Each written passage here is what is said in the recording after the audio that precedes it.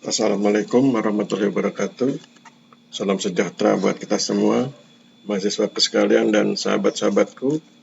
Hari ini kita akan membahas tentang liberalisme. Ya.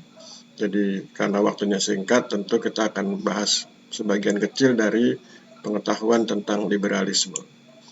Saya memberi judul diskusi kita adalah mewaspadai liberalisme, menjaga Pancasila. Kenapa saya tulis demikian? Karena nanti akan saya tunjukkan beberapa kekeliruan dalam prinsip-prinsip liberalisme yang kalau itu diterapkan justru akan membahayakan Pancasila kita. Pancasila kita itu kan religius, humanis, nasionalis, demokratis, dan populis. Sementara nanti liberalisme akan bertabrakan dengan konsep itu. Ya. Mari kita mulai. Pertama, liberalisme itu memiliki prinsip hold the basic equality of all human being. Jadi saya ulangi, prinsip pertama liberalisme adalah hold the basic equality of all human being. Prinsip ini berarti kesempatan yang sama bagi setiap manusia. Sesungguhnya prinsip ini memuat kejoliman ketika dilaksanakan atau diimplementasikan.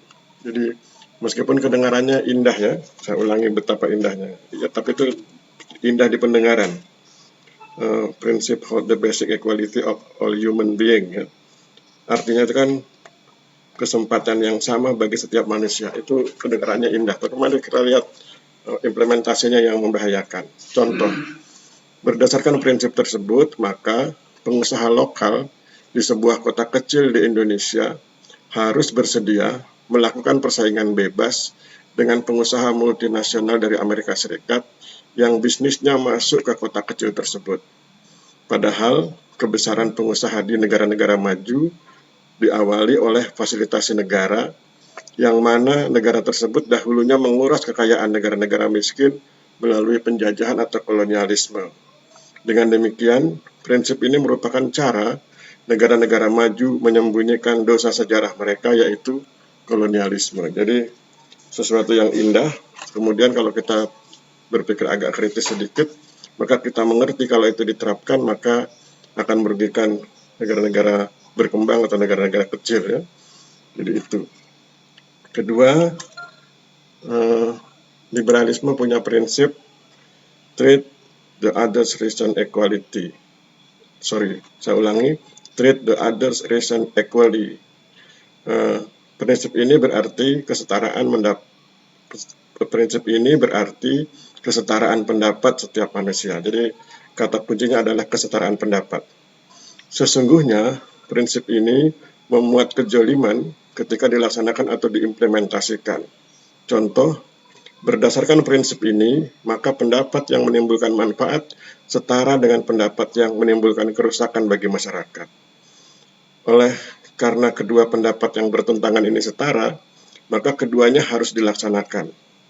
Nah, ketika sebuah negara menganut liberalisme, maka pemerintah di negara tersebut harus memfasilitasi kegiatan yang bermanfaat bagi masyarakat dan juga memfasilitasi kegiatan yang merusak masyarakat. Akibatnya, pemerintah di negara tersebut berfungsi sebagai agen perusak bagi masyarakatnya. Ya. Jadi, itu prinsip yang kedua. Jadi, kalau kita berpikir kritis, kita akan mengerti betapa dahsyatnya kerusakan yang bisa ditimbulkan oleh liberalisme. Ketiga, prinsip government by the consent of the people or the governed, yang berarti pemerintah harus bertindak menurut kehendak rakyatnya atau yang dipimpinnya. Prinsip ini kemudian melahirkan prinsip the rule of law, yang berarti berlakunya hukum pada jalannya dan perlindungan hak asasi manusia. Prinsip government by the consent of the people or the governed sesungguhnya memuat kejoliman ketika dilaksanakan atau diimplementasikan. Berdasarkan prinsip ini, maka pemerintah harus menuruti kehendak rakyatnya, sekalipun kehendak itu berisi kejahiliahan dan kejoliman. Kejahiliahan itu kebodohan ya. Kemudian kerusakan semakin parah ketika kejahiliahan dan kejoliman dijadikan substansi hukum yang kemudian dijalankan dengan berpegang pada prinsip the rule of law. Jadi itu daya rusak dari liberalisme, terutama pada prinsip ketiga. Akibatnya, pemerintah dan negara yang menerapkan liberalisme menjalankan pemerintahan dan hukum yang jolim dan jahiliyah. Akibatnya berlakulah prinsip the rule of law dan hak asasi manusia yang jolim atau menganiaya dan jahiliyah atau bodoh. Prinsip the rule of law yang berarti berlakunya hukum pada jalannya mempersyaratkan adanya hukum tertinggi, yaitu undang-undang. Itu man-made ya, buatan manusia, yang berpeluang bertentangan dengan ketentuan Tuhan Yang Maha Esa, God-made. Contoh misalnya undang-undang yang bertentangan dengan perintah Tuhan, misalnya dalam konteks agama Islam saja misalnya, ini contoh dalam konteks agama Islam. Pernikahan siri atau pernikahan yang sah berdasarkan ketentuan Tuhan Yang Maha Esa yang tidak didaftarkan pada kantor urusan agama, maka pelakunya berpeluang dikriminalisasi, diproses sebagai pelaku tindak kejahatan. Ya, jadi dianggap sebagai orang yang melanggar ketentuan hukum yang berlaku. Jadi itulah ketika hukum yang dibuat oleh manusia, man-made, diperhadapkan dengan hukum yang dibuat oleh Tuhan, God-made. Maka kemudian kalau itu diterapkan, prinsip the rule of law diterapkan, maka God-made menjadi dikalahkan dan yang man-made menjadi lebih diutamakan. Itu prinsip yang ketiga. Sekarang kita masuk ke liberalisme atau prinsip liberalisme pada prinsip yang keempat, yaitu prinsip the emphasis of individual, yang berarti pengutamaan kepentingan individu. Prinsip ini berpeluang menimbulkan disintegrasi atau perpecahan dalam masyarakat karena masing-masing individu memiliki kepentingan yang berbeda-beda. Akibatnya terjadi perebutan pengaruh dan kekuasaan antar individu atau antar golongan untuk mewujudkan kepentingan masing-masing. Jadi nanti kita akan lihat permainan bagaimana negara hukum akan berhadapan dengan negara kekuasaan. Itu karena adanya perbedaan kepentingan ya.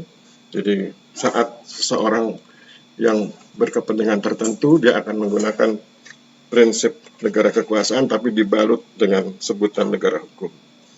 Kemudian mari kita lihat prinsip kelima dari liberalisme. Prinsip kelima dari liberalisme adalah the state is instrument, yang berarti negara hanya sebagai alat.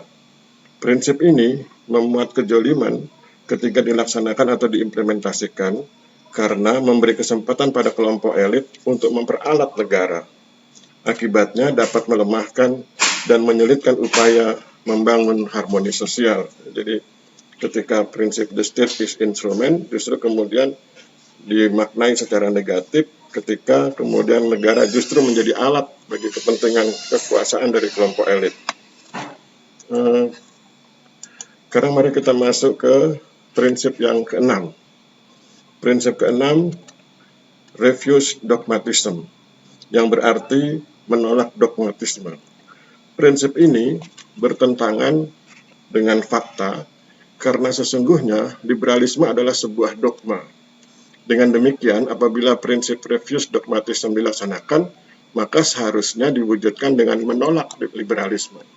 Tetapi kan pada kenyataannya di beberapa negara justru digembar-gemborkan, didorong, dipromosikan tentang liberalisme. Bahkan di negara-negara berkembang juga dipromosikan tentang liberalisme. Jadi prinsip refuse dogmatism justru sebetulnya dilanggar oleh orang-orang yang menganut liberalisme. Kemudian yang ketujuh atau prinsip terakhir, itu prinsipnya adalah bahwa pengetahuan didasarkan pada pengalaman. Jadi prinsip yang ketujuh dalam liberalisme, pengetahuan didasarkan pada pengalaman. Prinsip ini seharusnya menyadarkan penganut liberalisme bahwa oleh karena pengetahuan didasarkan pada pengalaman, maka kebenaran manusia dapat berubah-ubah. Hal ini seharusnya menyadarkan penganut liberalisme bahwa kebenaran mereka relatif.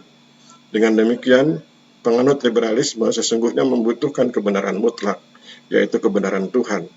Dengan kata lain, penganut liberalisme seharusnya justru meninggalkan liberalisme. Demikian 7 prinsip liberalisme yang ternyata kemudian menimbulkan nuansa kejoliman dan nuansa kejahiliahan, maka kemudian perlu ditinggalkan.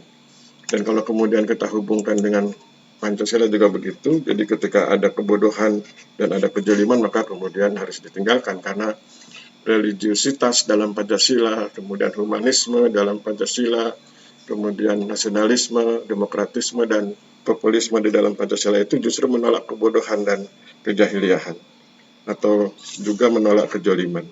Saya pikir demikian. Semoga dapat menjadi pemicu untuk diskusi lebih lanjut. Mohon maaf bila terjadi kesalahan. Wabillahi taufiq wal hidayah. Wassalamualaikum warahmatullahi wabarakatuh.